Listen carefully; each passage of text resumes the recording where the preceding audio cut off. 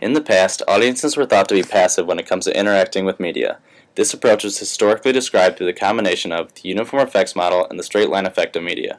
First, we are going to discuss the uniform effects model. This model holds a framing for the view that when a viewer is exposed to messages and media, they will have been affected in a way that mirrors the rest of the audience. So in essence, this uniform effects model predicts that everyone who is exposed to media will have shared experiences in terms of emotions, opinions, or other forms of reactions.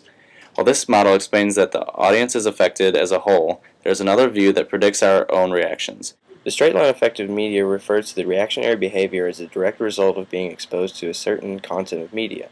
The key to understanding this is putting emphasis on how we are all the same through them. For example, I was in the car with my father the other day and I heard the song on the radio. The song If You Want Me to Stay by Sly and the Family Stone began to play. My father and I liked the song, and one can assume through the straight line effect of media and the uniform effects model that the radio station played the song because people would like it due to the way it sounds. These theories also predict the behavior in which people would stay tuned in. But in this explanation, the uniform effects model and the straight line effect of media could not accurately describe why my father and I like the song. These views failed to account for individuality. My father and I are two completely different people, but we met in the middle by liking this song. While I liked it because I liked the band in general, my father liked the song because it brought him a sense of nostalgia. As the music was way before my time, we needed to have a new theory to account for people using media in unique ways. That's where uses and gratification comes in. Following the results of a study carried out by Lazarsfeld, Goddard, and Berelson of persuasion during the 1940 presidential campaign, Bernard Berelson, who we can only assume looks like a Saint Bernard, published an essay saying that the future of communication study is grim. The study he analyzed produced research that suggested that media has no effect on our attitudes or opinions. He claimed that there was not much left worth studying in the area of media and communication. In response to Berelson, Leo Katz in 1959 believed that there was a new view to understand our relationship as viewers with media. This view is known as the uses and gratifications theory. Katz was concerned with what people did with media rather than what media do to people. Uses and gratification explains the study of how media affect people must take into account the fact that viewers deliberately use media for particular purposes. One aspect of using media deliberately is that people use media for their own purposes. When people use media for particular purposes, they also gratify their specific needs or desires. A classic example can be found in everyday situations. Let's think about this. Here's an example that Josh and myself have named the chick flick theory. Here, we see a man and a woman watching a romantic movie. Let's call it The Notebook 2 or something. As anyone who has been in this situation can tell you, a couple can watch a chick flick for two completely different reasons in regard to their own purposes and gratification of needs. While both would on the surface say that they were simply watching a movie for entertainment and the sake of doing something together, both would have different mental processes at work.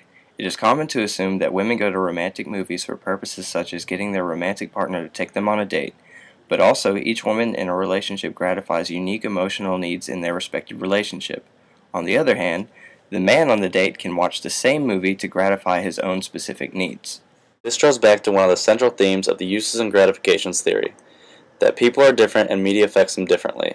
Through the scope of the uses and gratifications theory, you see the possibility that while people can use media for the sake of the absorbing content, there are also common ways that people use media to facilitate certain motivations.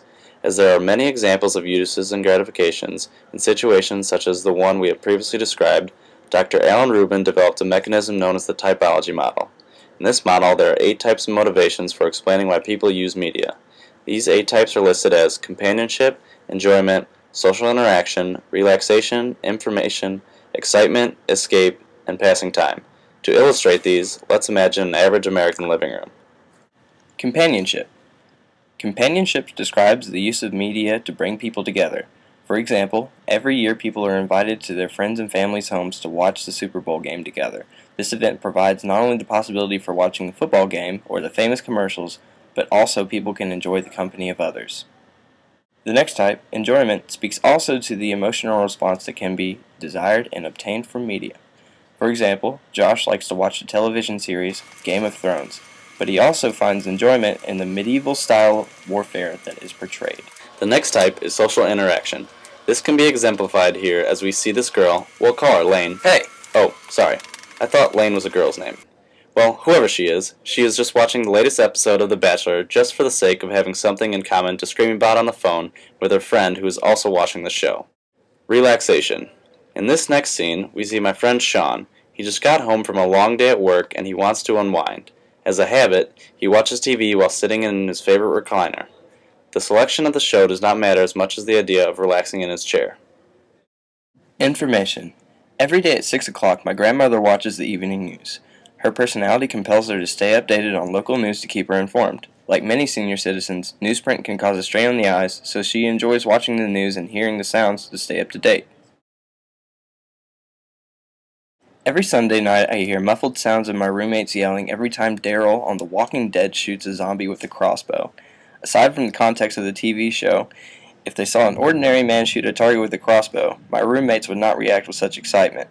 It's the added theme of killing a zombie that excites them, and watching this show provides that for them. Passing time. Here we see a man waiting on his wife to get ready to go out to dinner. He turns on the TV just because he knows he is going to be there for a while. The media he is using is simply used as a way to kill time while he waits. Escape. We see a man here that has turned on ambient noises such as waves crashing, seagulls chirping, and the wind rustling in the palm trees to meditate to. He envisions the settling of a secluded island to help escape from reality that is four walls and a roof. In addition to describing the ways in which we use media deliberately for our own purposes, we also consider the difference between ritualized and instrumental viewers. Firstly, we can see a course of action is ritualized if a routine is formed to accommodate a habit over time. The ritualized viewer can develop these habits due to any types of motivations previously listed or ones that are unique to the individual. An instrumental viewer is defined differently by the way he or she uses media. Instead of using media for the sake of maintaining a routine, they are using the media to get something accomplished. This can be exemplified through something like trying to learn a new language. The last feature we will discuss is what is known as a parasocial relationship. These are the bonds that we as viewers can form with people or represented characters that are portrayed through media. When people are exposed to media such as TV shows for an extended period of time, it is easy for them to feel as if they know a character on a more personal level. As humans, we automatically form impressions and ideas of people based on their actions and observed experiences. Because of this, it has been found that it is not that uncommon for people to feel a sense of friendship or some sense of emotional attachment with those they see on television.